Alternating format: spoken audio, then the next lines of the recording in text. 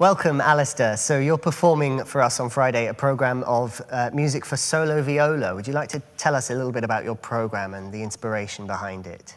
Yeah, well, so this Friday's program is called Viola Threads. And I was just thinking about when I was writing my notes about this, I was thinking it's kind of like a viola jukebox for me. Right. And we visit lots of different cornerstones of the viola repertoire. And actually the very first piece that we open with is not particularly well notated, and it's not even a viola piece, but it's kind of an inspiration behind all of the other compositions. A lot of the other composers were inspired by this composer called Guillaume de Machaut, who I hadn't actually heard of, but he's probably one of the first European composers ever from the 1300s. Right. So that's how we opened the program with an improvisation around this piece. And is it just a sort of melody that he notated? Was it notated for voice originally? Or? Yeah, so it would have been a plain song for the voice called Douce Dame Jolie. Right. Excuse my French accent, but it's a short sort of 16-bar segment around which there's sort of various chords and stuff that I'm sort of exploring, which links us into the second piece of the program by Hindemith. Now, it would be rude not to include Hindemith in a solo viola program, and arguably he probably contributed the most viola repertoire single-handedly. He wrote sort of 7 or 8 viola sonatas, some of which are solo, some of which with piano. He wrote a viola concerto and lots of other sort of small pieces for viola and orchestra. And this piece, there's only 2 movements of it that I'm playing, but it's from the Opus 25 Sonata number 1. And that piece kind of reminds me of a weird sort of aggressive jazz, perhaps. It's kind of a bit, it's quite unusual, and Hindemith's sound is quite unique, actually. But I really appreciate the way that he puts music together. And he was a big inspiration for me around the same time that I was learning with my teacher, Louise Lansdowne, back when I was at the University of Manchester and then over to the Royal Northern. And so she was a big inspiration for choosing Hindemith in this context as well. Great. And then we move on to the third piece, which is Garth Knox, Beside the Bridge. And actually, he was also my teacher for 1 year in 2013, I think it was. 2 pieces included by him in this program, which are part of his collection called Viola Spaces, where Garth has written kind of studies for extended technique.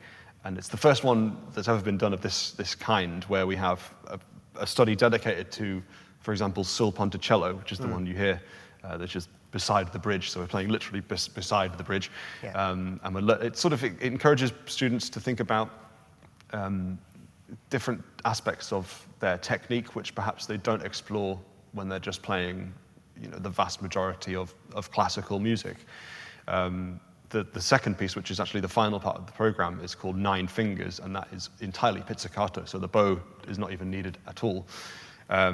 And again, another sort of pretty neglected technique, and both these 2 pieces I set for my students here at Leeds as a way of kind of opening their mind, actually, into sort of what is actually possible on the viola.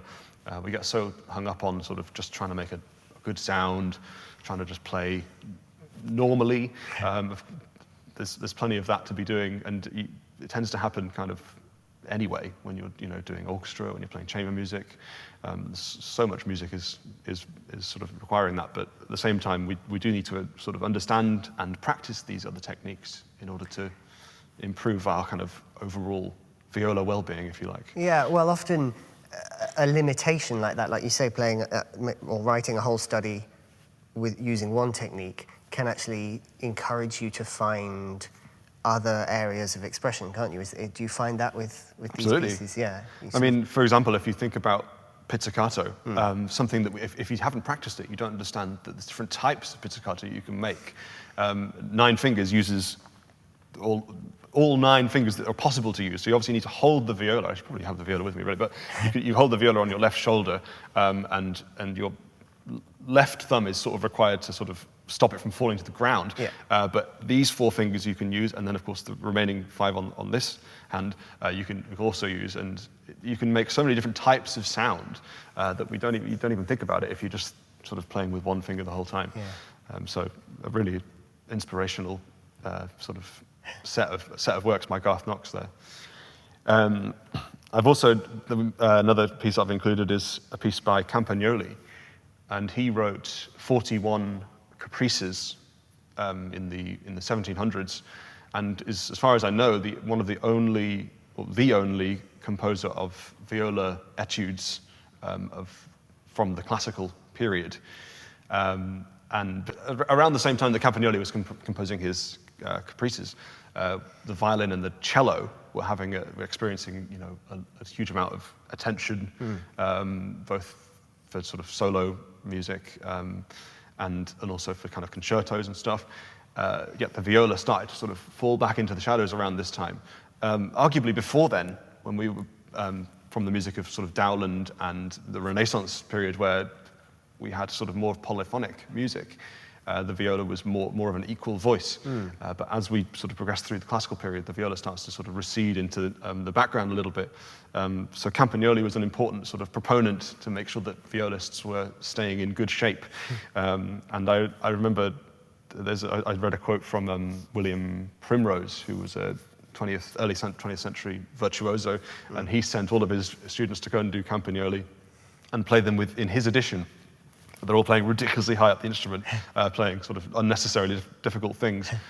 But he was a big proponent of that as well, saying, violists need to practice in this way as well. We need to practice sort of difficult double stops, fast music, lots of shifting, and they're really enjoyable pieces. So I've included one in the program because it's only about 3 minutes, and I find them musically very satisfying. And again, I send off my students to practice Campagnoli as well. So it's another sort of, I suppose it relates specifically to my time here at Leeds as a teacher. Yeah. And then, of course, we have Kurtag. Now, Kurtag did do some research on, he loved to research the older music from the past. Right. And he was a fan of Maschau. So there's where the link is. And the thread between each of the pieces is not necessarily historical. It can sometimes be sort of a musical thread, so you might just end on one particular note, and then that note kind of carries us into the next one, or a chord, or an idea. I really wanted to sort of bring everything together, even though the chronology of it is not in any order, really. Yeah. So Kurtag is the link there. I mean, the piece Jelek, we're playing the first 3 movements of the 5-movement work. And this piece is just a really interesting experience for both myself and for the audience. You just get to hear and see so many different sort of things that are possible on the viola. We then have the Dowland, which is the link between the Dowland is actually, again, it's kind of an improvisation, and I've taken the tune that comes at the end of Britten's Lachrymé for solo viola and string orchestra. That piece on its own is amazing. I was really keen to keep this program just for solo viola, but then I was desperately keen also to just sort of include this particular melody. It doesn't come out in the same way as you hear it. You couldn't bring a string orchestra with you. Unfortunately not, and not today.